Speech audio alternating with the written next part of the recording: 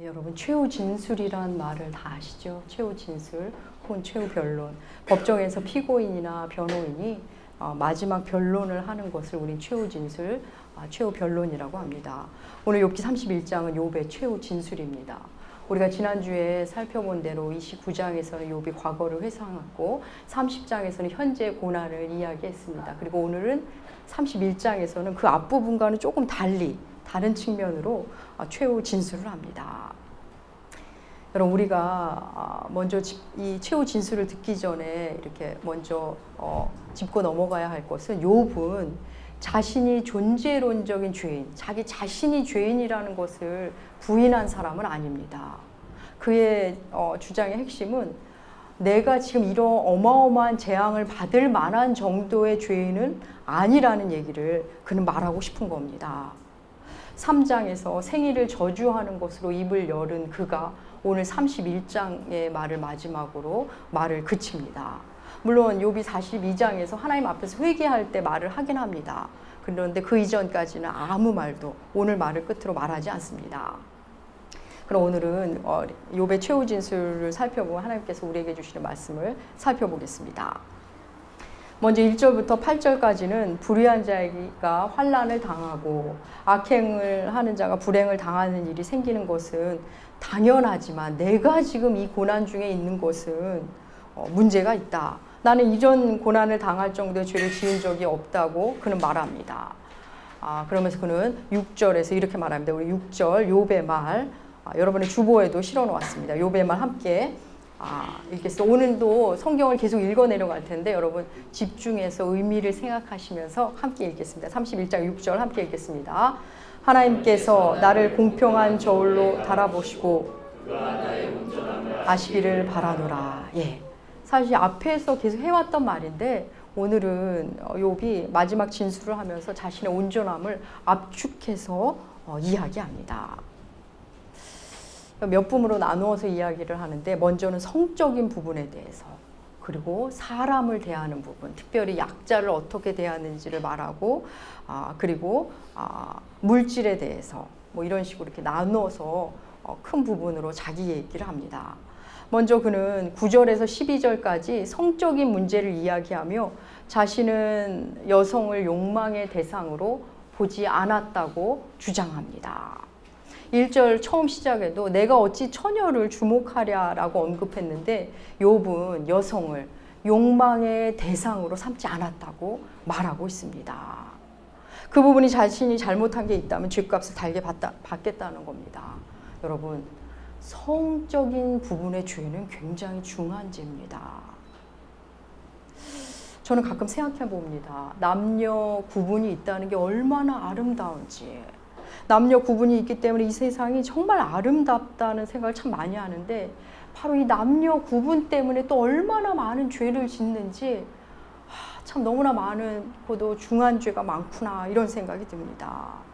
동성끼리는 경쟁하느라, 또 이성 앞에서 또 잘 보이느라, 또 끌려다니느라, 또 욕망 때문에 얼마나 많은 죄를 범하는지 모르겠습니다. 남녀의 성과 사랑은 이 땅에 생명이 오는 유일한 길입니다. 하나님이 주신 유일한 길입니다. 그런데 그 위대한 기쁨이 비뚤어지면 그 삐뚤어진 성은 가장 추악하고 가장 어마어마한 죄를 범하게 됩니다. 인류는 오랜 시간 여성을 남성의 욕망의 대상으로 삼아왔습니다. 오늘날도 미투 운동을 보면서 우리가 많이 오늘날도 그렇습니다. 그런데 욥이 살았던 때는 뭐 말해 무엇 하겠습니까? 권력과 힘으로 가진 것으로 여성을 함부로 대하던 때였습니다. 그 시대였지만 욥은 자신은 그러지 않았다고 이야기합니다. 또한 이어서 그는 13절에서 23절까지는 사람을 대하는 일에서 자기는 죄를 범하지 않았다고 말합니다. 남종이나 여종이나 그들의 권리를 자기는 지켜줬고, 그들에게 또 특별히 약자, 고아와 가난한 자들에게도 최선을 다했다고 말합니다. 자신이 그들을 함부로 대했다면 어떻게 하나님 앞에 서겠냐, 하나님 앞에서 무슨 말을 하겠냐며 자신의 결백을 주장합니다. 그러면서 자신이 그들을 그렇게 대한 이유, 그 근거를 15절에서 이렇게 말합니다. 우리 욥의 말, 31장 15절 함께 읽겠습니다. 나를 태 속에서 만드신 이가 아니하셨느냐? 우리를 뱃속에 지으신 이가 한 분이 아니시냐? 예. 나를 만드신 그 하나님이 그도 만들었다는 겁니다. 한 배에서 태어났다는 거, 이야기를 합니다. 그게 근거가 돼서 자기는 사람들에게 최선을 다했다는 겁니다. 여러분, 이게 바로 성서적 인간관입니다. 욥이 마음씨가 좋아서 사람이 좋아서 사람을 그렇게 대한 게 아니라 그는 신학적 입장이, 사람을 대하는 신학적 입장이 너무나 명확했습니다. 주인이나 노예나 하나님 앞에서는 차별이 없다는 것, 똑같이 하나님의 피조물이라는 인식을 그는 갖고 있었습니다. 신약에 오면 사도 바울도 그 얘기를 합니다. 약자를 실족시켜서는 안 된다며 그 사람도 예수께서 위하여 십자가를 진 그 사람, 나만을 위해 십자가를 진 게 아니라 그 사람을 위해서도 십자가를 지셨다는 말로 성서적 인간관을 우리에게 하나님이 사도 바울의 입을 통해 제시하셨습니다. 우리 사도 바울을 통해 주신 말씀 고린도전서 8장 11절 함께 읽겠습니다. 그러면 내 지식으로 그 믿음이 약한 자가 멸망하나니 그리스도께서 위하여 죽으신 형제라. 예. 나만을 위해서 그리스도께 죽으신 게 아니라 그를 위해서도 죽으셨다. 이렇게 성서적 인간관을 명쾌하고 선명하게 사도 바울은 제시합니다. 여러분, 그리스도인은 사람을 보는 시선이 달라집니다. 그가 나에게 어떻게 대해 주었느냐, 내게 그가 어떤 존재이냐가 그가 나에게 어떤 유익을 주느냐가 기준이 아닙니다. 거기서 벗어나기 시작합니다. 그것을 넘어 하나님의 시선, 예수 십자가를 통과하며 사람을 보는 시선이 달라집니다. 사랑하는 여러분, 우리가 사람을 계속 잘해주고 인격적으로 대할 만한 인격이 우리는 없는 사람입니다. 우리가 그 상대가 나에게 유익을 줄 때만 그 관계가 유지된다는 거 여러분 아십니까?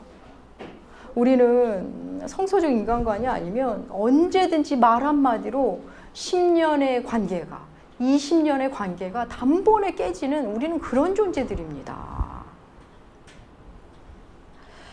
욥은 사람을 그렇게 대할 수 있었던 것은 바로 하나님을 통과하며 사람을 봤기 때문임을 진술합니다. 이어지는 31장 24절에서 26절은 물질에 소망을 두지 않았음을, 26절과 27절은 해와 달을 숭배하지 않았다고 말합니다. 욥은 자신이 물질에 소망을 두지 않았다고 말하는데, 그래서 물질이 많다고 자랑하지도 벌이가 많다고 기뻐하지도 않았다며 자신은 물질 문제에 일희일비하지 않았다고 말합니다. 이 부분에 있어서 욥은 워낙 부자였기 때문에 여러분에게 이렇게 잘 와닿지 않으실 수도 있을 것 같긴 합니다. 여러분, 그리스도인은 물질 문제에서 반드시 건너야 할 강을 만나게 됩니다. 하나님은 반드시 모든 그리스도인을 물질의 문제에 있어서 다루십니다. 왜냐하면 하나님과 물질을 함께 섬길 수 없기 때문입니다. 그리스도인의 물질과는 세상과는 전혀 다릅니다. 그리스도인의 나눔과 누림은 사람들과 차원이 다릅니다. 그리스도인의 검소함 역시 차원이 다릅니다.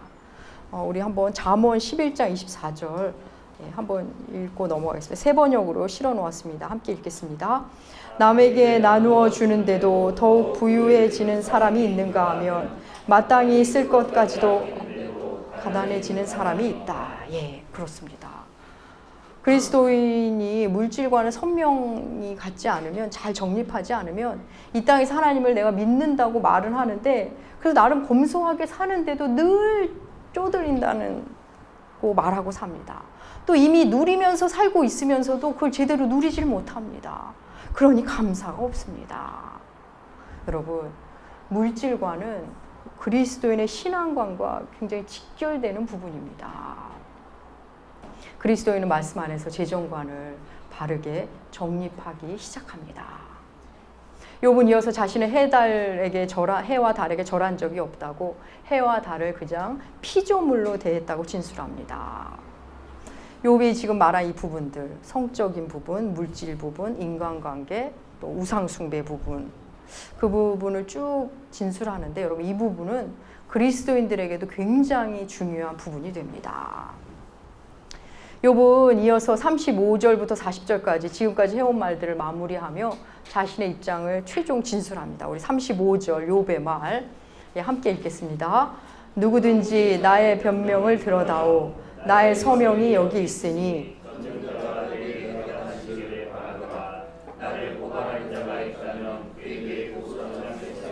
예, 이 말은 전능자 하나님께 마치 항소장을 쓰듯이 말하는 겁니다. 자기 말이 틀렸다면 어떤 벌도 달게 받겠다는 표현으로 그는 그의 말을 그칩니다. 그렇게 최후 진술을 마칩니다. 오늘 욥의 최후 진술의 내용을 보면 그는 행위로도 그리고 그 마음의 양심으로도 거리낌이 없었던 사람임을 그의 입으로 말하고 있는 겁니다. 우리들에게는 지금부터가 중요합니다. 지금부터 나눌 말씀이 중요합니다. 여러분 욥기는 우리를 새로운 차원의 신앙으로 초대하는 책입니다. 우리의 현실 상황을 뛰어넘어 하나님을 만나도록 초대하는 책입니다. 사실 우리는 대부분 현실 상황 속에서 하나님을 만납니다. 좀 더 정확히 말하면 그냥 상황이 하나님입니다. 그래서 상황이 좋으면 내게 좋은 하나님, 상황이 안 좋으면 내게 나쁘신 하나님으로 우리는 상황을 하나님으로 생각합니다. 또 자기뿐만 아니라 다른 사람도 그렇게 생각합니다. 그 사람이 일이 잘 되면 그의 신앙이 좋아서 잘 되는 거, 그가 뭐 일이 안 되면 그의 신앙이 안 좋아서 벌 받는 거라고 생각합니다. 욥기는 바로 그것을 깨뜨리는 책입니다. 욥처럼 악에서 떠난 자도 고난이 있을 수 있고 극악무도하게 죄를 범하는 자도 아무렇지 않게 형통하고 번창하는 사람이 있을 수 있음을 말합니다. 여러분, 우리가 내 상황만을 보면서 그 상황을 하나님으로 해석한다면 우리는 계속 욥의 친구들의 신앙에 머무르는 겁니다. 우리의 신앙은 현실에 잘되고 못됨을 뛰어넘어야 하고 그리고 결국 뛰어넘게 된다는 것을 욥기는 우리에게 말해줍니다. 여러분 욥기도 시편도 지혜서입니다. 시편은 모두 150편으로 되어 있습니다. 시편 1편은 시편 1편만으로도 너무나 위대한 시편이지만 시편 1편은 150편 전체를 아우르는 시편이 됩니다. 의인과 악인의 모습이 어떤지를 이제 시편, 여러분 우리 시편 1편 한번 다 같이 암송한 적 있죠. 의인과 악인의 모습이 어떠한지를 나무와 겨의 이미지를 비유하여 시편 150편을 열어갑니다. 우리 시편 1편 3절과 4절 우리 함께 읽겠습니다. 그는 시냇가에 심은 나무가 철을 따라 열매를 맺으며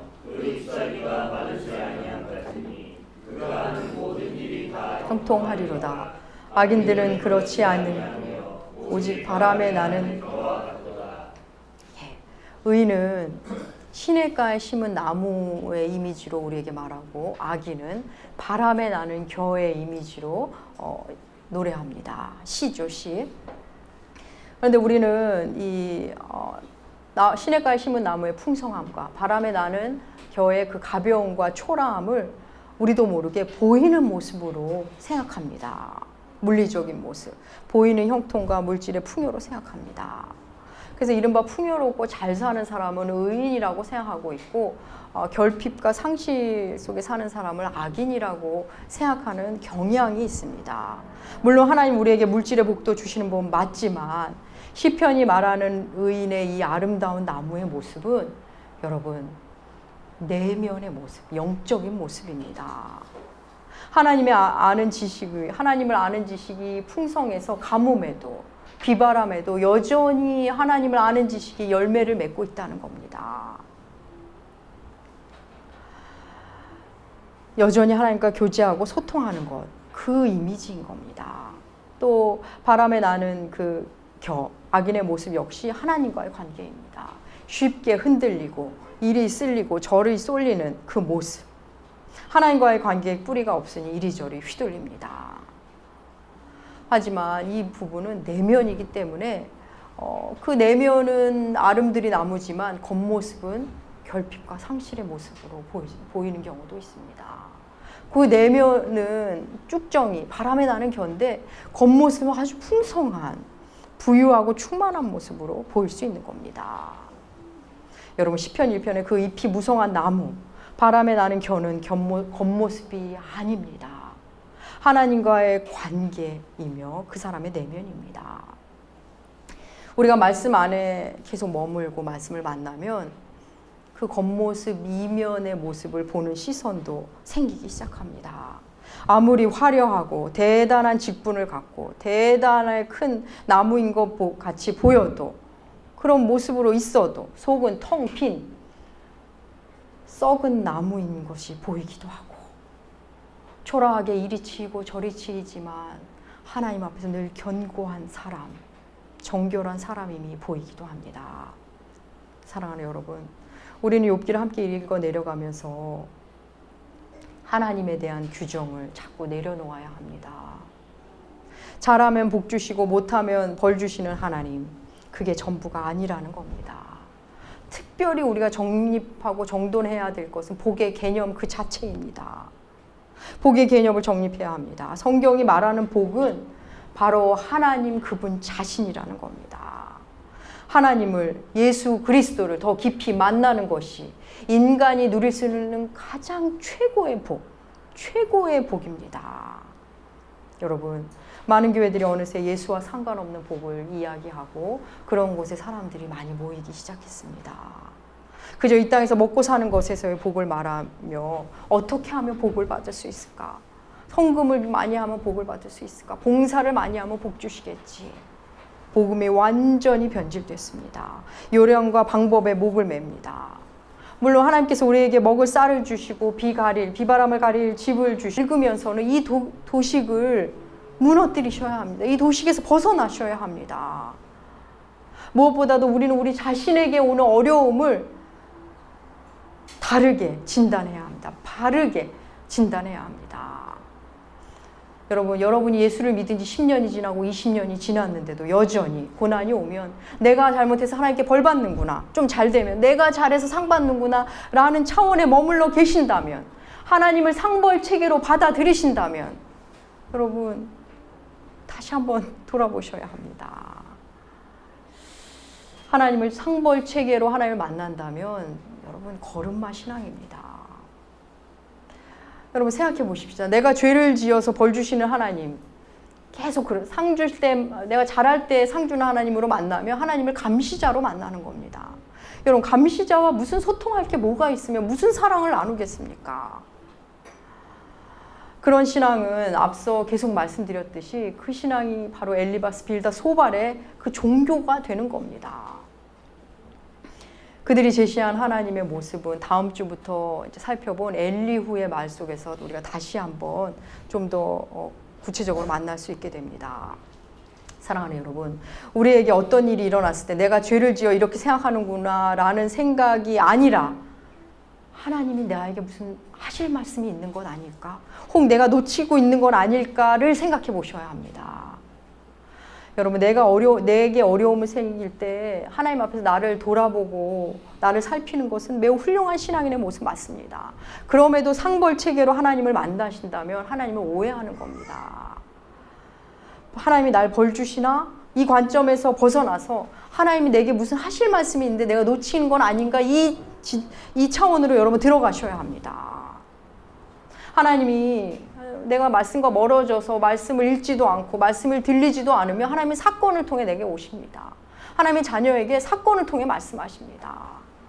그래서 그걸 알아들으면 그걸 통해서 하나님은 내 삶의 태도를 바꾸고 계시기도 하고 내 생각을 바꿔주시기도 합니다.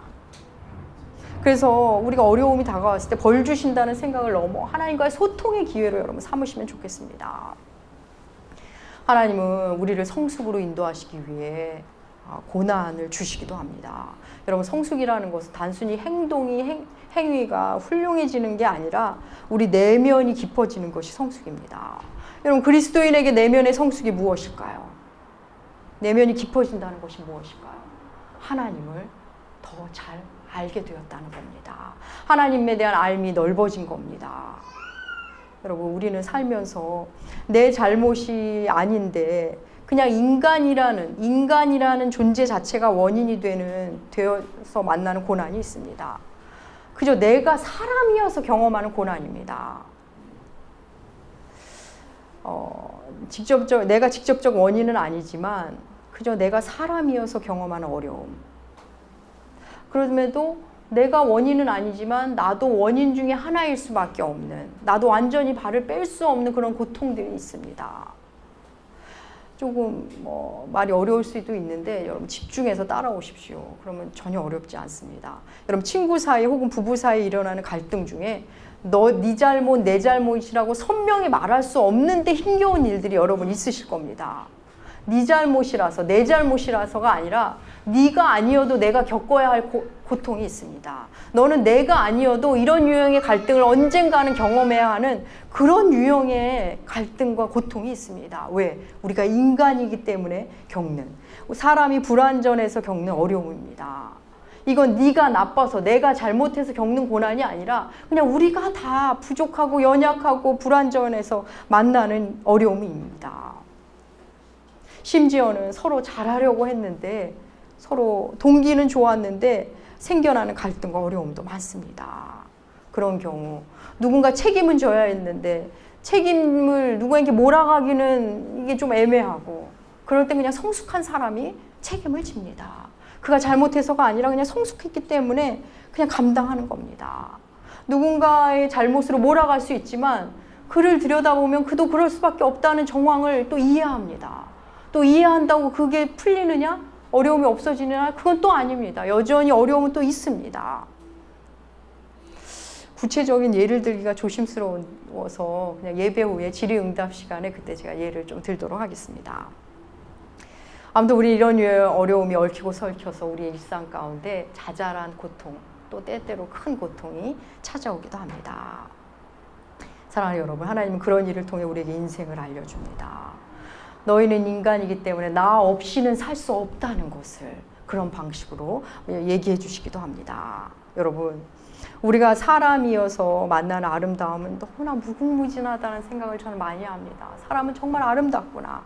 그런데 그쪽 방향으로만 가면 우리는 비현실적인 이상주의자가 됩니다. 그런가 하면 사람이기 때문에 만나는 비참함과 추악함도 너무나 많습니다. 근데 이쪽 방향으로만 가면 또 비관적인 회의주의자가 됩니다. 우리는 양쪽 다 보아야 합니다. 좌로나 우로나 치우치지 말라는 말씀은 이 부분에서도 적용됩니다. 우리는 양편을 다 만나보아야만 균형 잡힌 신앙으로 하나님 앞에 설 수 있습니다. 그렇습니다. 인생의 아름다움도 만나고 비참함도 만나면서 우리는 성숙해 갑니다. 그렇다면 여러분, 이번에는 성숙하다는 게 무슨 의미일까요? 인간이 성숙하다는 게, 그리스도인이 성숙해진다는 게 무슨 의미일까요? 하나님의 사랑을 더 깊이 만나는 것을 말합니다. 여러분, 우리는 때때로 하나님의 뜻을 묻습니다. 하나님의 뜻을 알며 하나님의 뜻대로 살 것이 있냐? 하나님의 뜻이 무엇입니까? 이렇게 종종 묻습니다. 여러분, 왜 묻는 걸까요? 정말 하나님의 뜻대로 살고 싶어서 묻는 걸까요? 물론 그런 분들도 간혹 있을 겁니다.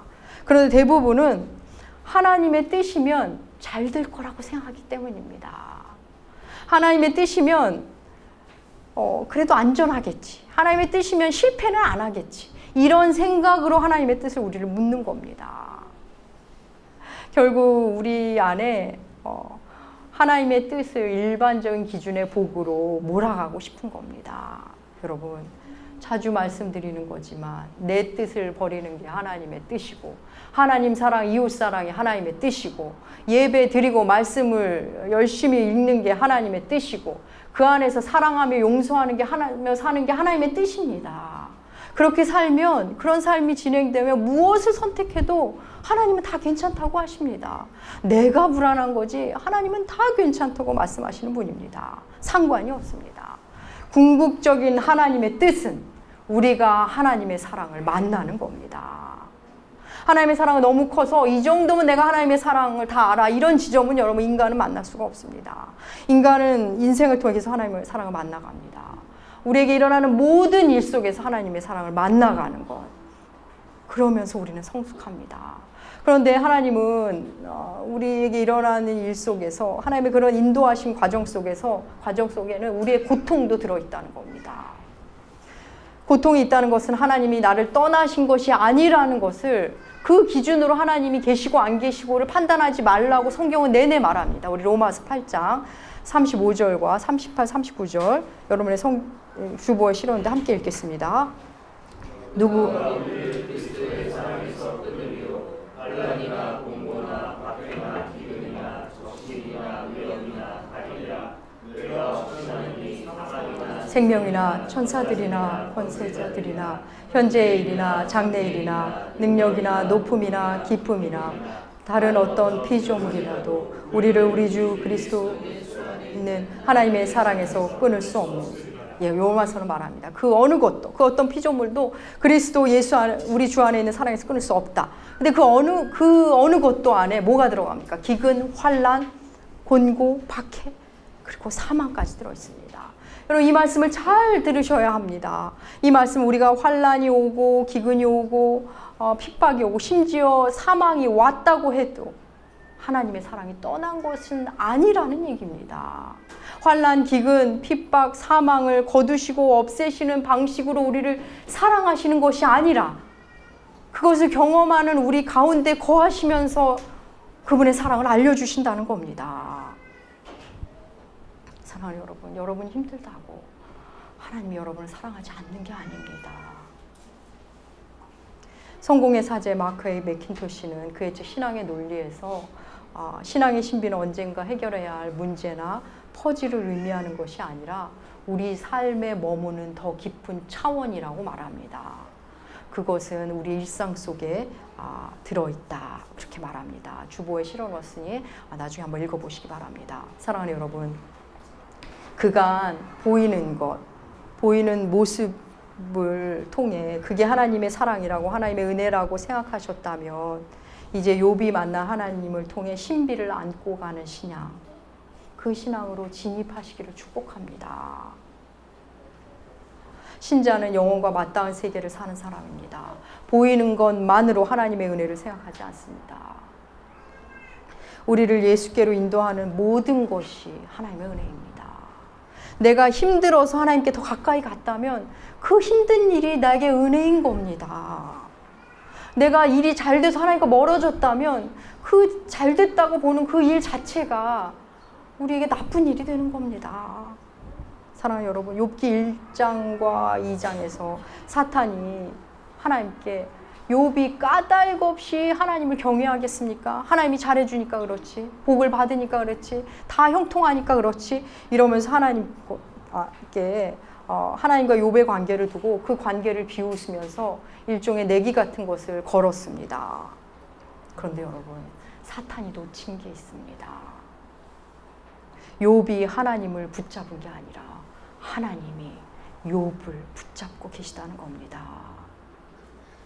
우리가 몇 주 전 나눈 대로 내가 숨을 쉬는 게 아니라 숨이 나를 붙잡고 있는 겁니다. 사랑하는 여러분, 하나님은 우리 인생 모든 일 속에 들어 계십니다. 그 일을 통해 하나님의 사랑을 우리가 알기를 원하십니다. 그게 하나님의 뜻입니다.